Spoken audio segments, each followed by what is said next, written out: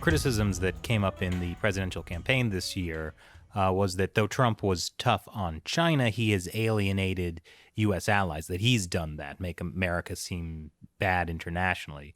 And the argument was that Biden would work with multilateral alliances to counter China. What do you think about that argument?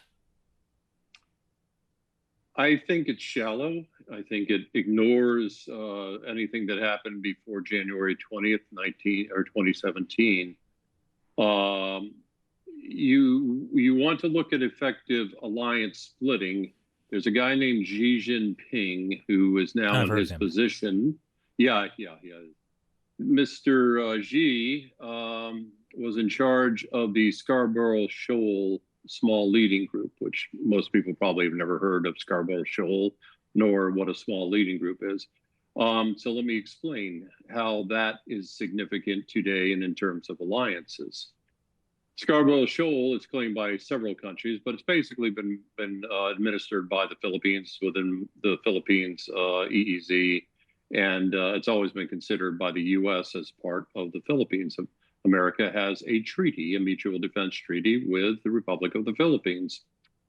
Yet, when the small leading group in Beijing, led by Xi Jinping, who was not in his current position at the time, this was in early 2012, when the small leading group sent in the Navy ships and Coast Guard ships to basically take it and contest it from the one Filipino Navy ship that was there, rusty old ship, our State Department stepped in and said, let's broker a deal. Let's broker a deal. You know, we're America. We do that. We broker deals. So we got an agreement by both Beijing and Manila to back off. Immediately after Manila pulled its force out, very small force out, China ignored the deal, just like Hong Kong. And there's a pattern here, gang. Just like Hong Kong, and they went in and they took the island. Now they're militarizing the island, just like they are their artificial islands they built in the South China Sea.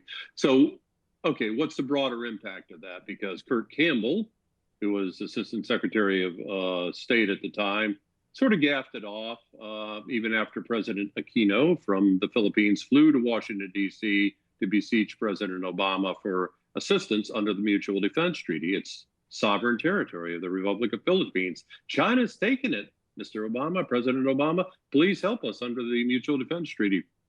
Got ignored. Okay, so Kurt Campbell, I heard him personally say when he was visiting the think tank I was at in Hawaii, yeah, it's just a pile of rocks. We're not going to go to war. Americans aren't going to go to war for a pile of rocks. Well, here's the broader ramifications, Kurt Campbell, and the broader ramifications are that Thailand, where I taught for 6 years, and a number of institutions to include Thammasat, the Naval Academy and the Military Academy, the Army Academy, our treaty ally, Thailand, watched that. The whole world watched that, what was happening, that America did not back our treaty ally in a blatant, just gangster type grab of territory, sovereign territory of the Philippines. We did nothing. We would not support our ally. So that was a major milestone in the thinking of Thailand, where we need to bend a lot more towards Beijing. We can't rely on our treaty ally, America.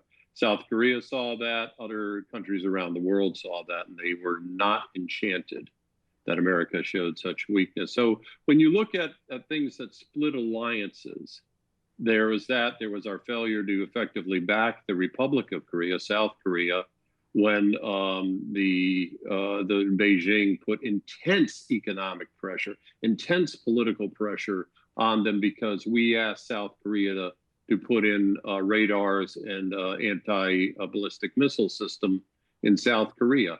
And then we left them pretty much just hanging there to withstand the brutal assault from China that beat them down.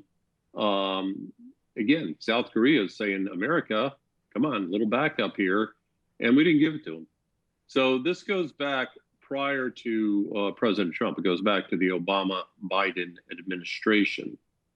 And there are other things that go back a lot further because we've had at least 3 decades of accommodation and arguably appeasement of the People's Republic of China. But it's these things you asked about alliances and those things that are perceived as alliance busting.